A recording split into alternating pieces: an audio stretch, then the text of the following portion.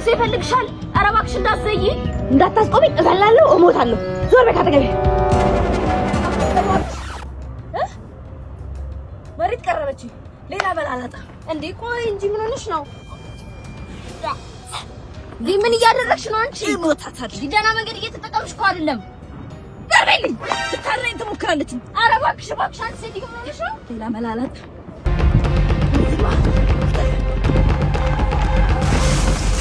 ምን ይሆንሽ ነው?